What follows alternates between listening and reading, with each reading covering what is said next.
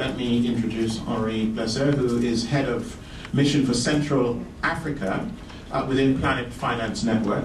Planet Finance mission is to alleviate poverty by contributing to the development of microfinance. It's an international non-profit organization. Henri is author of this important study, Diaspora Involvement in Cooperation. This is my copy, maybe he has other copies, I don't know. So don't be looking at this one with longing eyes. I think this is going to be the basis of his talk. So Henri, good day. Thank you, Shukur.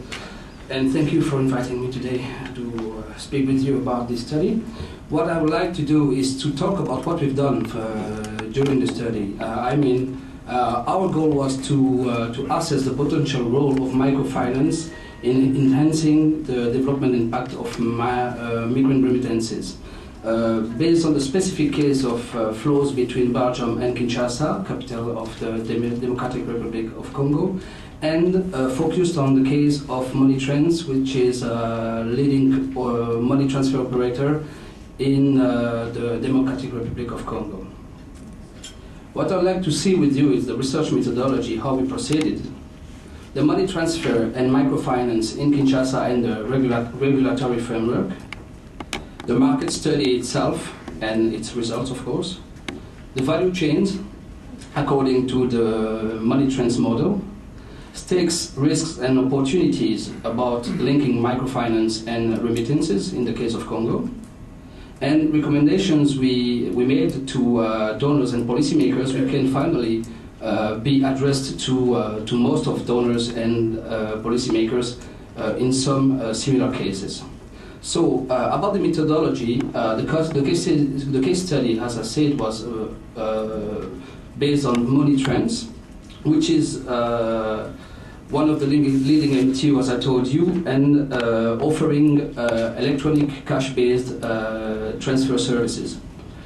We conducted the analysis of the local environment, including the operational links that could favor the creation of microfinance services and products to this population within the value chain of Money Trends.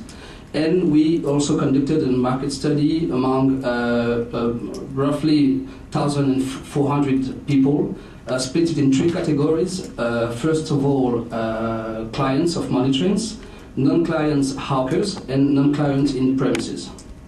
For those who know a little bit Kinshasa, the market research was conducted in Masina, Kasavu, Bungaba, and Gombe, which are, let's say, the place where the activity, visible activity, is probably the highest. So remittances and microfinance. First of all, microfinance in Kinshasa. You have four types of actors, which are banks, which are allowed to provide any single financial services or product. Microfinance institutions, savings and credit cooperatives, and NGOs which cannot operate legally, but which are sometimes located in rural area, but with a very, very small market penetration.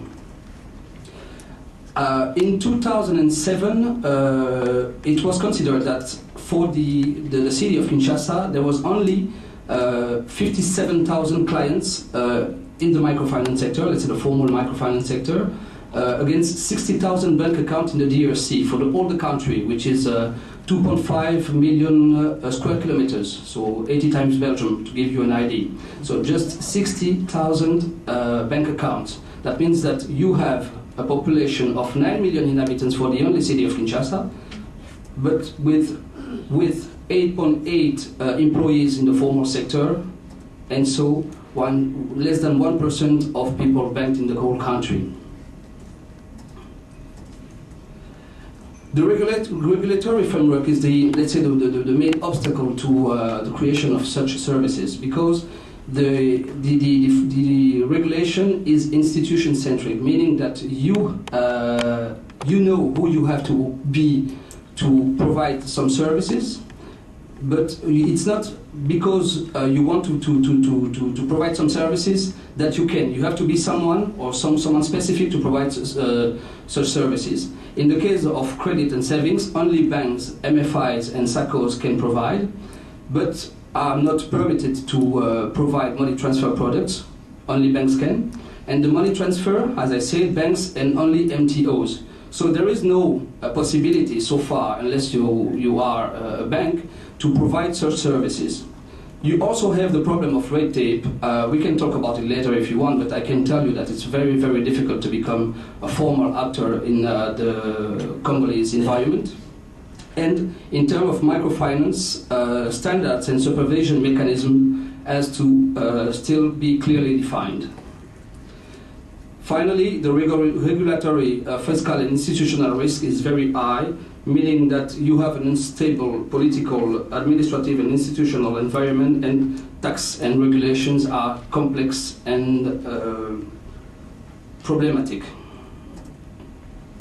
The market study itself gave us the following information. In terms of profile, you have the same people served by money trends and the people we surveyed, meaning the micro-entrepreneurs. So in terms of social scale, in terms of education, in terms of revenues, etc. Mainly, these people are involved in income-generating activities, mainly trading. There is no or limited access to external sources of financing. Few of them have experience or few experience with formal financing. We can see with the figures we saw just before, 60,000 bank accounts, talked by itself. Needs for financial services mainly to create or develop an income-generating activities. That's what they expressed from the people we surveyed. MFIs are preferred financing source, but I'm not very, very comfortable with that, because I'm not sure with 57,000 microfinance accounts we can really talk about a very good knowledge of what microfinance institution can be. So there is a need in the transfer or transfer-based microfinance product or services like insurance, order transfer methods for securitization, etc. of the money, planned savings and housing products. The first valuation